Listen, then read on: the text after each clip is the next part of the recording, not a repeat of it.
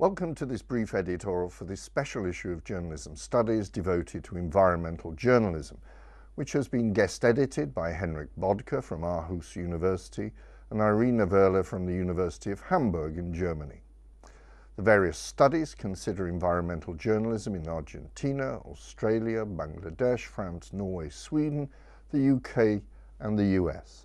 And the editors argue that the significance of environmental journalism reflects the fact that it connects the concerns of politics, science, business, culture and the national world, but also explores the boundaries between local, regional and global.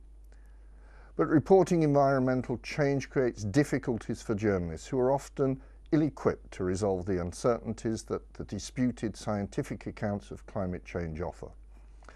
Further problems emerge from the need to balance the journalistic requirement for objective coverage when confronted with the prospect of famines and flood, which might call for a journalistic approach informed by a greater degree of advocacy.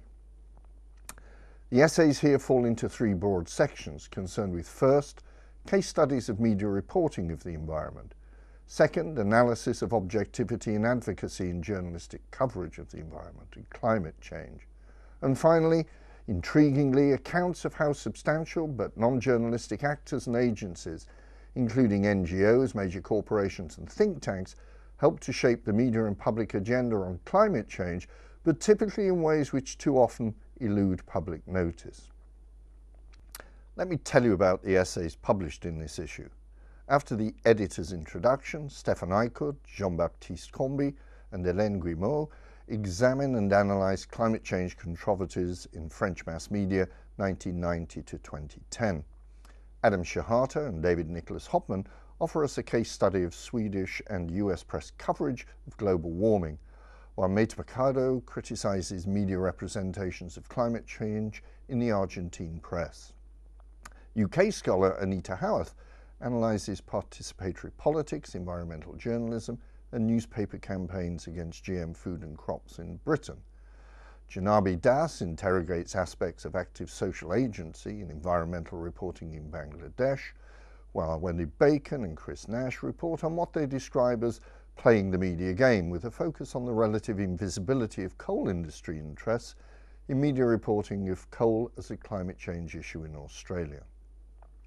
Reich identifies and critiques the role of NGOs in setting the agenda on environmental news in Norway, while Elaine McEwen, in a rather alarming essay, details and critically analyses the various ways in which an Australian conservative think tank channels its rhetorical arsenal into the news media to attack climate science. I'm very grateful to Henrik Bødker and Irene Neverla for issuing the call for papers and gathering together the distinguished group of scholars whose essays are published here. I'm also delighted to have a chance to thank Dr. Neil Gavin from Liverpool University and Dr. Libby Lester from the Tasmanian University in Australia for agreeing to read, comment and offer advice on earlier drafts of the papers. Finally, I hope you'll enjoy reading these essays, which at times make rather unsettling as well as enlightening reading. Good night and good luck, and I'll be back in June with more news about journalism studies. Look forward to seeing you then.